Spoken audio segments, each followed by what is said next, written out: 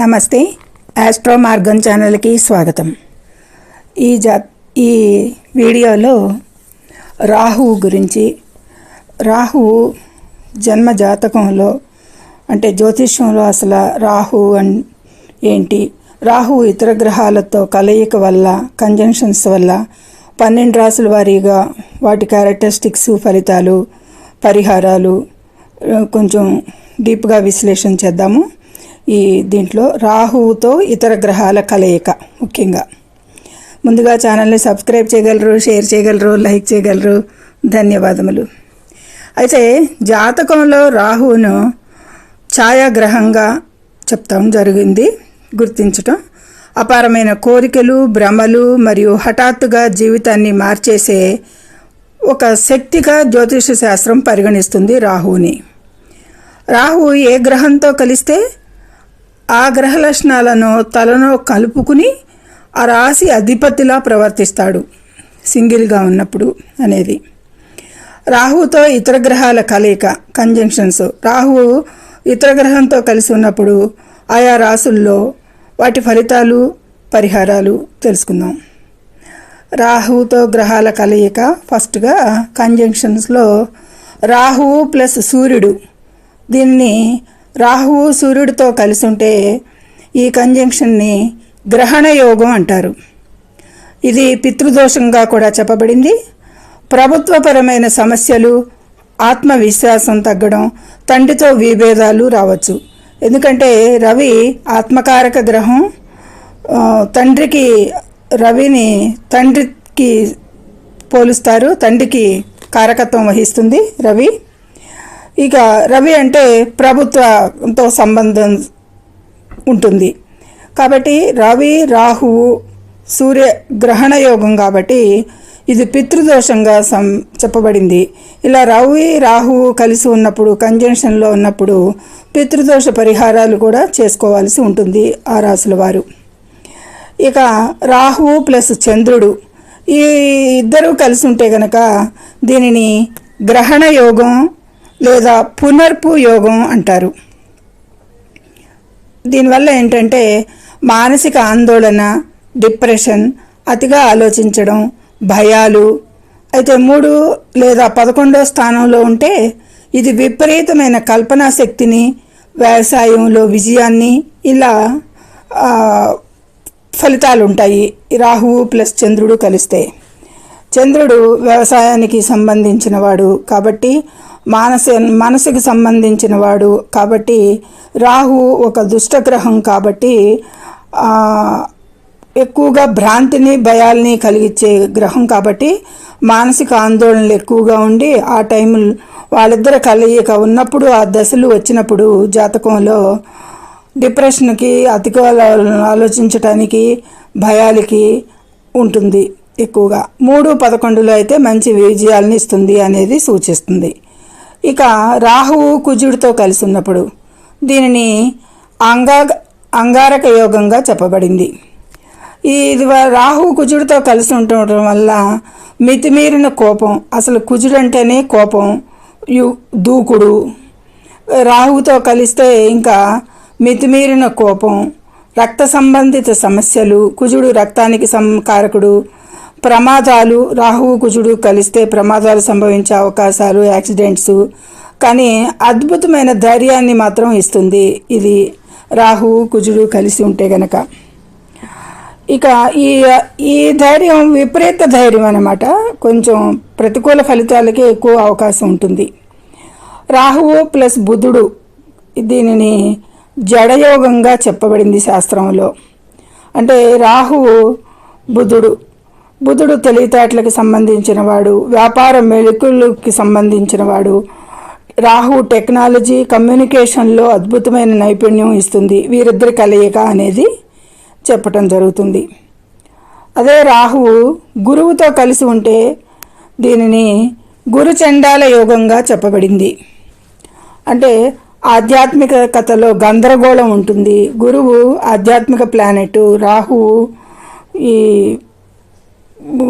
ఈ భ్రాంతి, వీటికి సంబంధించిన వాడు కాబట్టి రాహువు ఏ గ్రహంతో కలిసి ఉంటే వారి కారకత్వాలను తీసుకుని తనుగా వ్యవహరించడం జరుగుతుంది. కాబట్టి ఆధ్యాత్మికతలో గందరగోళాలు సృష్టిస్తాడు, ఉన్నత విద్యలో ఆటంకాలు కలిగిస్తాడు. గురువు ఉన్నత విద్యకి కారకుడు, పుత్రకారకుడు, సంతానకారకుడు, లాభకారకుడు, ధనకారకుడు. కాబట్టి కానీ అన్య మతాల పట్ల ఆసక్తి, విదేశీ ప్రయాణాలు ఇవన్నీ కూడా కలిగిస్తాడు.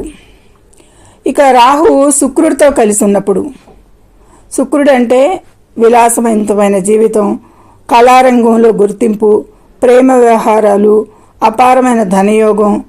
ఇది గనక రాహు బలంగా ఉంటే రాశిలో శుక్రుడితో కలిసి ఇవన్నీ కూడా యోగిస్తాయి, ఇవన్నీ కూడా వర్తిస్తాయి అనేది చెప్పచ్చు. అదే రాహు శనితో కలిసి ఉంటే, రాహు శని యుతిలో వీరికి కష్టపడే తత్వం ఉంటుంది. శని కష్టపడటానికి ఇష్టపడతాడు. రహస్య కార్యకలాపాలు కూడా ఉంటాయి వీరికి. ఈ కంజంక్షన్ ఉన్న వారికి విదేశీ వనరుల నుండి ధనం సంపాదించడానికి, రాహు విదేశీ ప్లానెట్ కాబట్టి శని రాహువులు బలంగా ఉంటే మాత్రం ఇది రాజయోగంగానే పనిచేస్తుంది ఆ జాతకంలో. ఇది గ్రహాల వారీగా కంజంక్షన్స్ ఉంటే క్లుప్తంగా చెప్పుకోవటం జరిగింది. ఇక రాశుల వారీగా రాహు విశ్లేషణ, రాహు 12 రాశుల్లో ఎలాంటి ఫలితాలు ఇస్తాడు అనేది చూద్దాము. రాహు స్థిర రాశులలో ముఖ్యంగా వృషభం, సింహం, వృశ్చికం, కుంభం ఇవి స్థిర రాశులు. వీటిల్లో ఉన్నప్పుడు రాహు బలంగా ఉంటాడు. ముఖ్యంగా 3, 5, 6, 9, 10, 11 స్థానాల్లో ఉంటే శుభఫలాన్ని ఇస్తాడని నమ్ముతారు శాస్త్రంలో. ముందుగా మేషరాశి. మేషరాశిలో అధికారానికి, కోరికకి, ధైర్యానికి, సవాళ్ళను ఎదుర్కోవడానికి, కోపం ఎక్కువగా ఉండటానికి ఈ కారకత్వాలు సూచిస్తుంది మేషంలో ఉంటే. వృషభంలో రాహు ఉన్నప్పుడు సంపద, విలాసాలు, స్థిరమైన ఆదాయం, భూమికి సంబంధించిన లాభాలు ఇవన్నీ కూడా వర్తిస్తాయి. వీటి మీద రాహు పనిచేస్తాడు. మిథునంలో మేధస్సు, కమ్యూనికేషను, విదేశాలకి ప్రయాణం, వ్యాపారంలో మార్పులు ఇవన్నీ కూడా మిథున రాశిలో ఉన్నప్పుడు సంభవిస్తాయి.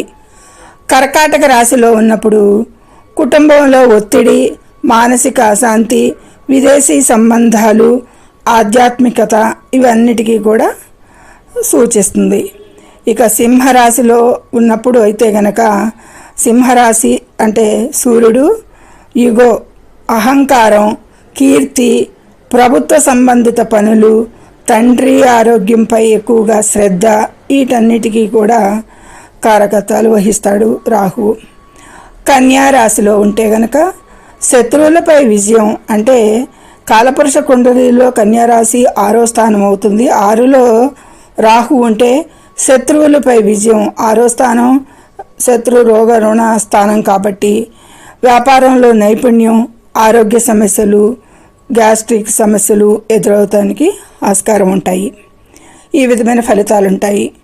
అదే తులారాశిలో సంచరించేటప్పుడు భాగస్వామ్య వ్యాపారంలో లాభాలు, వైవాహిక జీవితంలో ఒడిదుడుకులు, విలాసాలు ఇవన్నీ కూడా తులారాశి వారికి వర్తిస్తాయి. వృశ్చిక రాశిలో రాహు రహస్య జ్ఞానం, వృశ్చికం రాశి అంటేనే రహస్య స్థానవరం. అది రహస్య జ్ఞానం, ఆకస్మిక ధనలాభం, ప్రమాదాలు, ఆకస్మిక మార్పులు. వృశ్చికం కాలపురుష కుండలిలో 8వ స్థానం. ఇది అన్నిటికీ కూడా ఆకస్మిక ఇంకా రహస్య స్థానం కాబట్టి. ఇక ధనస్సులో ఉన్నప్పుడైతే కనుక 9వ స్థానం. ఇది కాలపురుష కుండలిలో హైయర్ ఎడ్యుకేషన్లో ఆటంకాలు సృష్టించటం, దేవునిపై సందేహాలు కలిగించటం, విదేశాల్లో ప్రయాణాలు కల్పించటం ఇలాంటి ఫలితాలు ఉంటాయి ధనుసు రాశిలో ఉంటే గనక రాహు. మకర రాశిలో ఉంటే కాలపురుష కుండలిలో 10వ స్థానం అవుతుంది. అది కెరీర్లో ఊహించని వృద్ధి, అధికారంలోకి రావడం, కష్టపడే స్వభావం వీటన్నిటినీ కూడా ఇస్తాడు రాహు 10వ ధనుసు రాశిలో ఉన్నప్పుడు, మకర రాశిలో ఉన్నప్పుడు. కుంభరాశి లాభాలు, లాభస్థానం కాబట్టి కాలపురుష కుండలిలో కుంభరాశి లాభస్థానం. లాభాలు ఎక్కువగా ఆర్జించేదానికి, ఆశయాలు నెరవేరడానికి, సమాజంలో గౌరవం పొందడానికి కూడా మంచి దోహదం చేస్తాడు. ఇక్కడ కుంభరాశిలో రాహువుకి కుంభరాశి స్వస్థానంగా చెప్పబడుతుంది. ఇక రాహువు దోష నివారణకు పరిహారాలు రాహువు అనేదానికి చెప్పటం జరుగుతుంది. రాహువుకి అధిష్టాన దేవత దుర్గాదేవి. ముఖ్యంగా దుర్గాదేవిని ఆరాధించటం వలన రాహువు ప్రతికూలతలు తగ్గి అనుకూలతలు రావటానికి ఆస్కారం ఉంటుంది.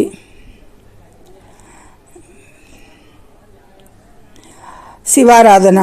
శివలింగానికి జలాభిషేకం, సోమవారం శనివారం రుద్రాక్షమాల ధరించి ఓం నమః శివాయ అని జపించటం, శనివారం నల్ల నువ్వులు, ఆవాల నూనె, నీలం రంగు దుస్తులు లేదా మినువులు ఇలా దానాలు చేయటం, ఓం రామ్ రాహువే నమః మంత్రాన్ని రోజుకు 108 సార్లు జపించడం, ఇల్లు శుభ్రంగా ఉంచుకోవటం, పాడైన ఎలక్ట్రానిక్ వస్తువులను ఇంట్లో ఉంచకుండా తీసేయటం, ఇవన్నీ కూడా రాహువుకి సంబంధించిన పరిహారాలుగా సూచించడం జరుగుతుంది. రాహువు ప్రతికూల ఫలితాలు తగ్గుతాయి ఈ విధంగా చేయటం మూలంగా అనేది సూచించడం జరుగుతోంది. ఇక ఈ విధమైన కారకత్వాలు ద్వాదశ రాశుల్లోనూ కూడా చెప్పడం జరిగింది. అయితే రాహు కేతువులు కలిసి ఉన్నప్పుడు దిశాభావం అవుతుంది. ఇది రాహుకేతువులు ఎప్పుడూ కూడా 185 degrees దూరంలో ముఖాముఖి ఉంటారు.